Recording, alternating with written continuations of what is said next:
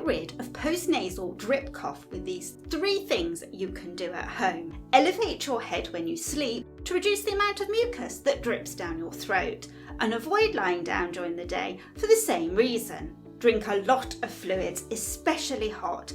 This thins down the mucus and moisturises your nasal lining. Finally, try steam inhalation therapy. It also helps mucus pass through.